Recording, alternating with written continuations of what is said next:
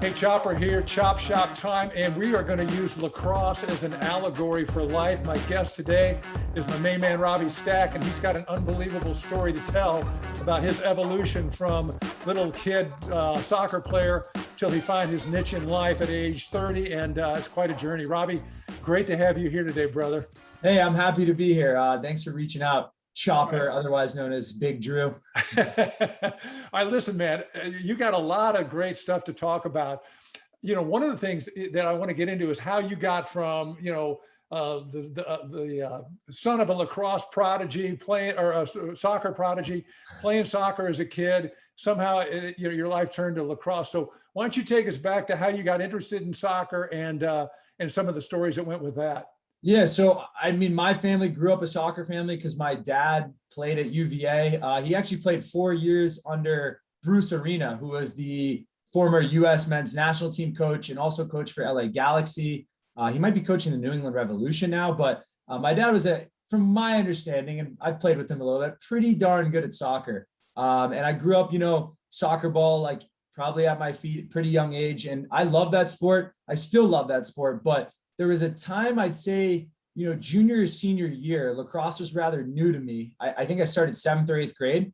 And I actually did a clinic in 4th grade, but I hated it. I really didn't like it. But I really started playing in probably 7th or 8th grade. And it came to a point in junior year where I kind of got sick of soccer. I might have just been playing it too much, burnt out a little. In lacrosse, I had a really good group of friends who played. Just the style, the way the sport works, it's a combination of everything, right? You get a little bit of hockey, you get some basketball, some soccer, you get to run all day if you're a midfielder, which is what I love to do. There's the physical contact and like football aspect of it. There's just a lot of things to like. And as a person who just loved every sport, I could never decide on which one I loved most. Lacrosse was kind of a hybrid of everything. And junior year into senior year of high school, I kind of figured, I think lacrosse is, what I want to play in college. That my sport of choice. And I ended up doing a postgraduate year, and I was able to be looked at by Providence College, as you see him. Go Friars, right? Go Friars. Go Friars, repping the brand, repping my alma mater. And yeah, it's worked out great. I mean, I had a great career all throughout. Well, let me back you up a second, because you just said something in all the years I've been covering lacrosse and playing sports, I never really thought of. I mean, I've always been aware that some of the good crossover sports for lacrosse, one is soccer, one's hockey, one's basketball. I played a lot of basketball. I watched the backdoor cuts, the pick and rolls and stuff. But for you to say, hey, you liked all the sports and you chose lacrosse because of the combination of all those, I've never really heard anybody say that. But and certainly being fast helps, right? I mean, that's one of those, speed helps, right? Speed kills. So I got to ask you, so, by the time you came along and were old enough to be competitive in soccer, your dad probably had the dad bod and was a little bit further along, but did you ever match up with him when he was still young enough to impress you? Yeah, so I would play against my dad in soccer on like Wednesday nights, Saturdays with the old men's league, and even I guess old men's league, like when he was 40, probably, I don't know, late 30s. No, probably older than that, probably like 45, 50. And there was a point in time, and I told him the other day this, I said, I think I eventually was better than you. When I was a senior in high school, I was finally better than my old man when he was probably, I don't know, what does that put him, like late 40s maybe? And I said I was better than him. He laughed at me. He said, you were never better than me.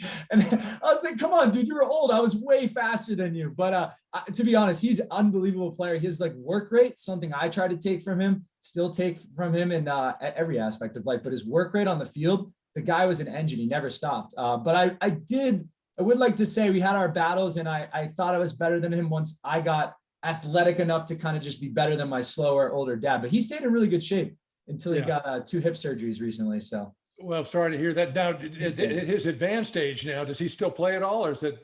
No, so the hip surgeries have kind of ended his career in a way, but he's happy. He's doing a lot of biking. He's doing a lot of skiing. He still, does stand-up paddle boarding. He's like into kind of the extreme adventure sports now, which is super cool for him. And he's in great shape, but I don't know if the motion of soccer is good for an old man's hips anymore, Yeah. You got some knee things. And well, in fact, I was going to tell you, we'll end up bringing Zach up from time to time. My son, Zach, who played with you at Providence. Oh yeah. He came along and Good he guy. played basketball, but he was not as passionate about it. He got into lacrosse. Yeah. But, and so I used to be able to take him out and have my way. But as I got older and he got better, I switched. And gosh, about probably 7 or 8 years ago, we went up on a family vacation and I hadn't played ball in a long time. And the two of us were in a gym and these guys were playing and they were playing full court and they needed 2 guys. So I got on one team and Zach got on the other. I said, look, Zach, I'm going to guard you and you guard me, and just don't let me get embarrassed out here. In other words, let me do what I'm doing. So he goes, yeah, sure, Dad, sure, Dad. So most of the game, you know, he goes around me a little bit, tie game point, and I'm holding the ball up over my head, just trying to make a pass. Zach reaches in, tips the ball out over my head, gets it going the other way, and dunks for the game win. And so the game is over. They're getting ready to re-up, and they go, okay, we got one guy coming in. They point at me and they go, why don't you sit? Oh. And they go, and so I told Zach afterwards, I said, that was the last game I ever played competitive, and you ruined it for me. So, yeah, come on, father-son bonding, and he decides to just dunk on you. That's, so backstabber. So I've been on the old man side of that, and I'm rooting for your dad to at least get back up. Hey, he doesn't need rooting for. He's a beast. He still is, but he's a beast at soccer. All right, so now you're playing soccer. You're in high school. You're starting to fall in love with lacrosse. Yeah. And tell us just about how that transition went. I think you had a couple of injuries that went along with that. Let's just hear about that. Yeah. So I got into lacrosse late, especially the club scene. I remember my first summer playing lacrosse wasn't until my junior summer going into senior year, and I played for kind of a okay program in Massachusetts. There were better programs, and I remember a college coach from Babson, a D3 school in Massachusetts, came up to me and talked to me. And I was astounded. I hadn't been talked to by many soccer schools, and to be talked to by a college, hey, we think you're pretty good. We'd like to maybe bring you in for a visit. That was pretty cool for me. And after that moment, I just, lacrosse was kind of my thing. That summer was great. And then moving into my senior year, I was going to be a big part of my high school in a pretty competitive Division I Massachusetts, high school lacrosse. And I kind of switched gears, and my parents actually were the reason, and thank them. I love them to death. They kind of pushed me, hey, why don't we do a postgraduate year? Maybe you're not ready for college, but I still checked out some colleges, and, they had the means to push me towards the postgraduate year, which, if you have the means, I would recommend it for anyone who's late developing in a sport, needs some maturity growth, maybe grade work, all the above for me. And, it was a really cool opportunity, because then I got to play my senior spring, and college coaches could watch that. And I was nowhere. The player I was junior year into senior year is just, I had no idea what I was doing junior year. I was just an athlete who ran. Senior year, I was actually a lacrosse player who was a really good athlete too. So I did a PG year at Northfield Mount Herman. It's Western Massachusetts. And for those of you who don't know, postgraduate year, it's like go to a boarding school. You're kind of a super senior in ways. A lot of kids do it for, many reasons, but sports is a big one. And that allowed me to get recruited. I played another summer with New Hampshire Tomahawks, a great, great club. And I got recruited by Providence. And funny enough, I was taking college visits to Providence and I loved the school.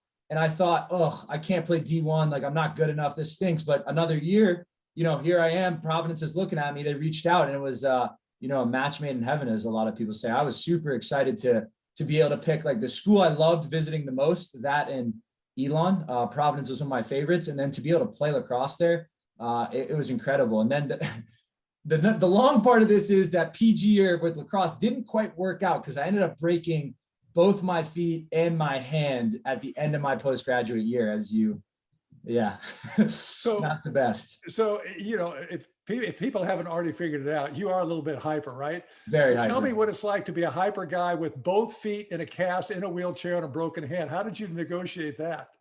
Absolutely terrible.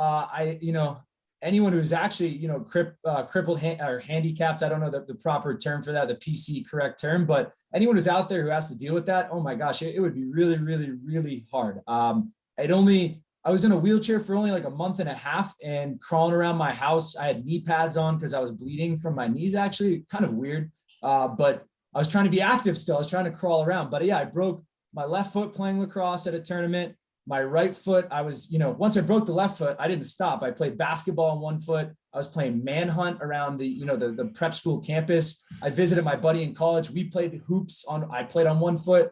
And then I broke that second foot because I was jumping around on it so much. And then a couple days later, with 2 broken feet, ADHD kid with so much energy, got in an argument, I think with my parents, silly classic, high school argument, and then ended up punching a door, breaking my hand. So, not the best time, but my roommates helped me out. They carried me around. They carried me to Subway, picked me up, put me on their shoulders, to be honest. And I did wheelchair around a bit and learned some good wheelchair tricks. So I'm trying to imagine the Providence lacrosse coaching staff. They recruit and sign this super fast, super athletic guy, and he shows up on the men from 2 broken feet and a broken hand. How did that go? I actually did not tell them about the broken hand. I thought it was too ridiculous. And I was honestly afraid they might, rescind my offer or whatnot, even though I think I was already through the process and accepted. I told them about the 2 broken feet. And to be honest, I had a tough conversation. I remember it was outside of just next to the cafeteria at Providence, like early freshman year. There's a lot of guys that come out for D1 teams, especially Providence, because they have a history of, and a lot of D1 teams have a history of burnout.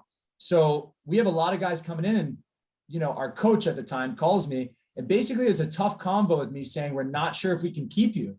And I don't know if you even heard about this, or I definitely told Zach, but he kind of said like, hey, we're trying to work out the roster. Like, you coming in injured, we may have to, like, for numbers sake, cut you. You can still do some of the work with our trainers and stuff, but you got to do a lot of work on your own. And you revisit when you're healthy. And that to me was, that was tough to hear, but it didn't last long. A bunch of kids quit, kids got kicked off. So they had enough room to carry me. And good thing they did, because I don't know, I ended up doing pretty well.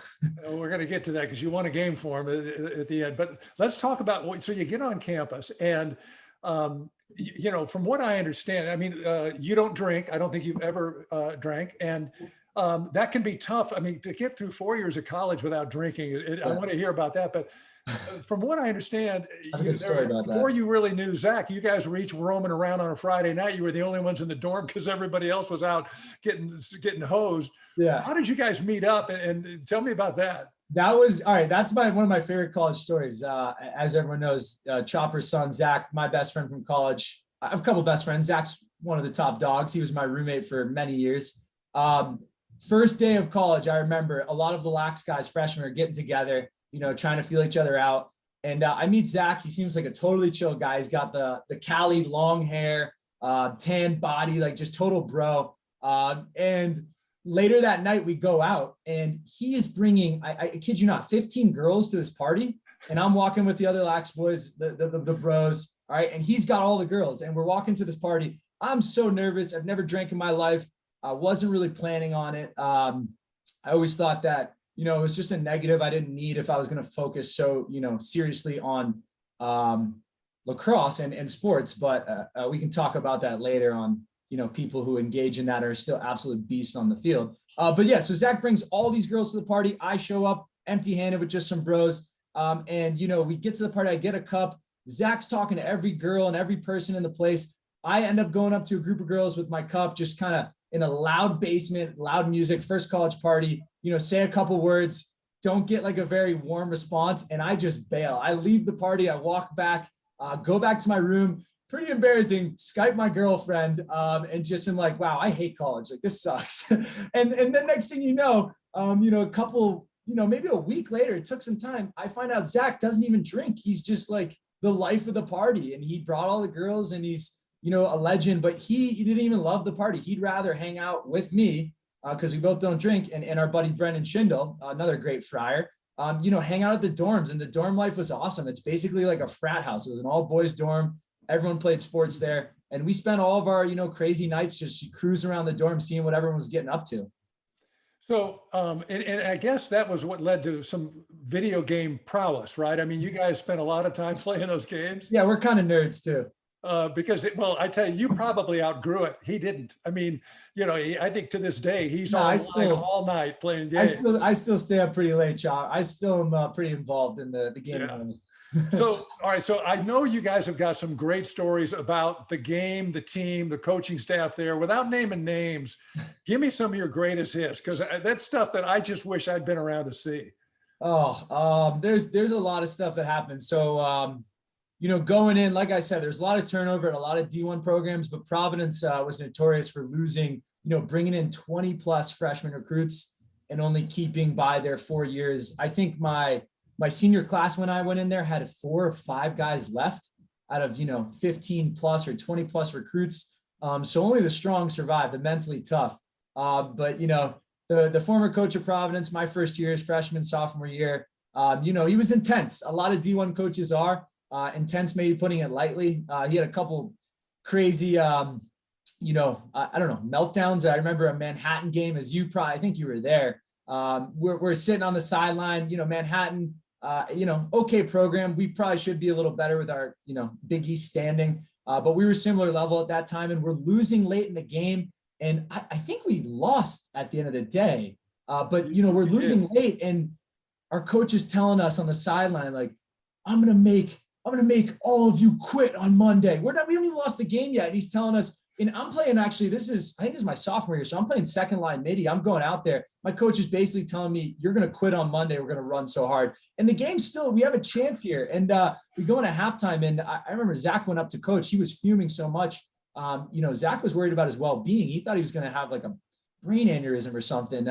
And we did run a lot on Monday. That might've been the infamous night where our coach pulled all of the scholarship players. I was not on, much of a scholarship, but anyone who was getting a little bit of money, he pulled them into his locker room and told them they were stealing money from the school and absolutely reamed into them. Kind of just a couple of crazy stories. And I do remember a snowy day, Providence.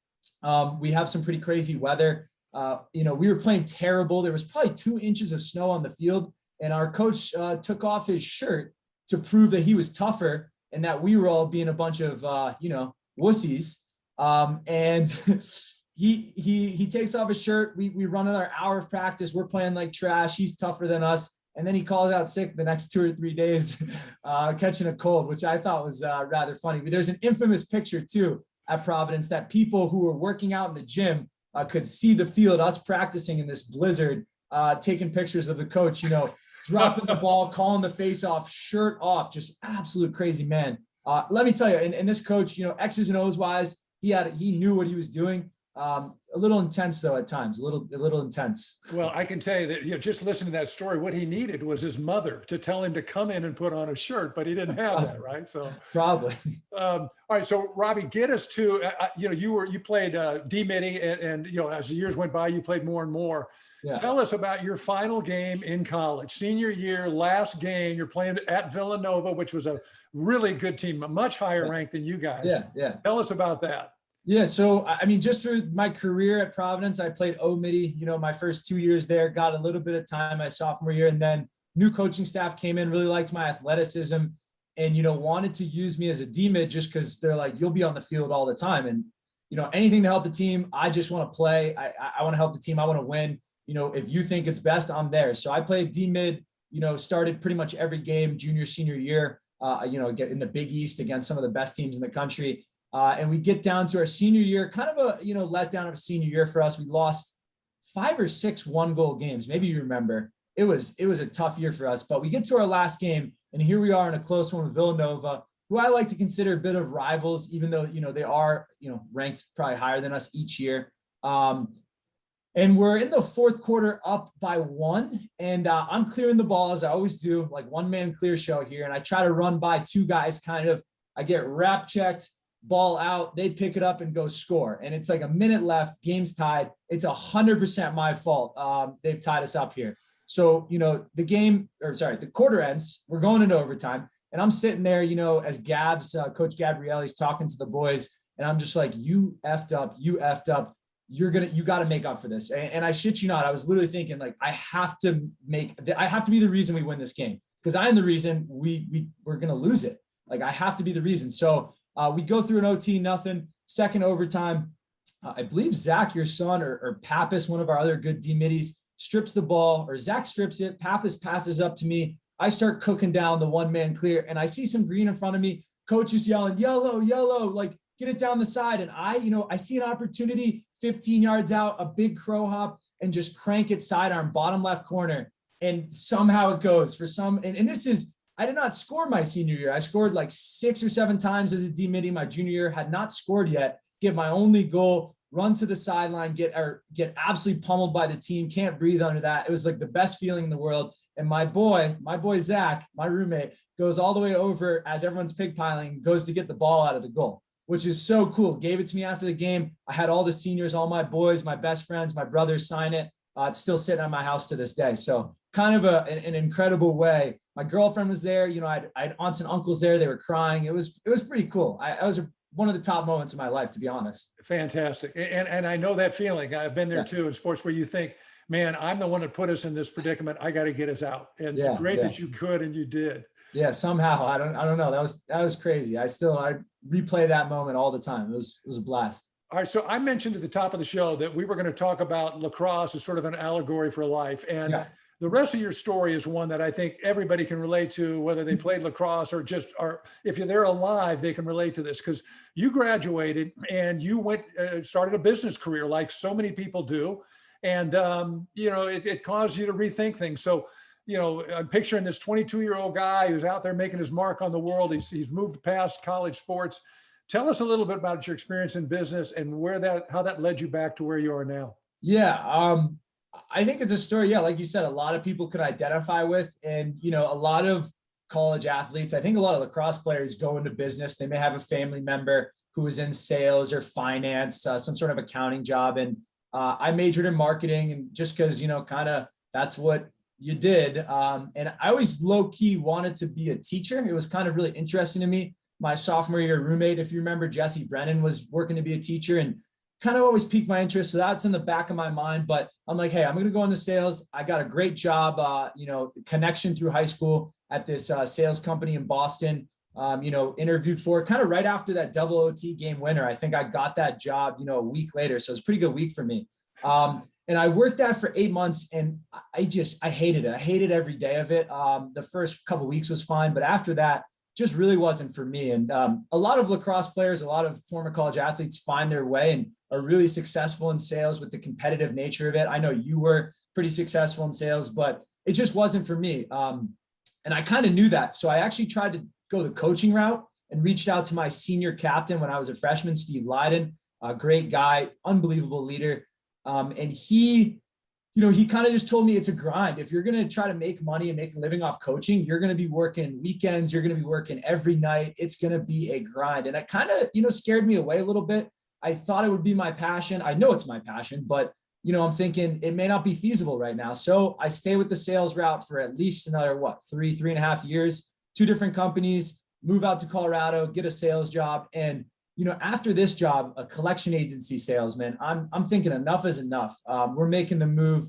The back of my mind is saying teacher. I know I always want to be a coach. At some point, I'm coaching lacrosse or soccer, maybe even basketball. And yeah, as of last year or like a year and a half ago, I quit my job with no teaching gig lined up, was scouring the internet for jobs. Tough to find when you have no experience. And I found this licensure program out in Colorado, did a year of co-teaching, and now I'm a full-time teacher, 7th grade world history, also a lacrosse coach. I got into coaching right away, club lacrosse for 3D, coaching at Jefferson Academy, a charter school out here, and now Columbine I moved to just recently. And I've done it for coaching now for 2 years, and I love it. I'm not looking back. This is where I'm meant to be. It's my cup of tea. It may not be for everyone, but it's definitely for me.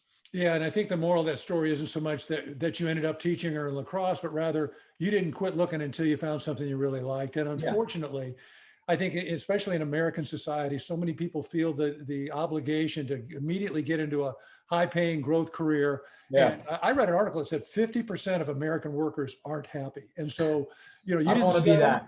Yeah. I mean, you didn't settle, you kept going till you found the right thing. And, and I think it's important because you're 30 now and you seem to sort of don't age me on this. Don't put my age out. Don't put my age out here. Well, what I was going to tell you is that I went through similar situation in my late 20s. Yeah. I had an older sister, and I called her up and I said, here's what I'm doing, and I'm not, it's not resonating.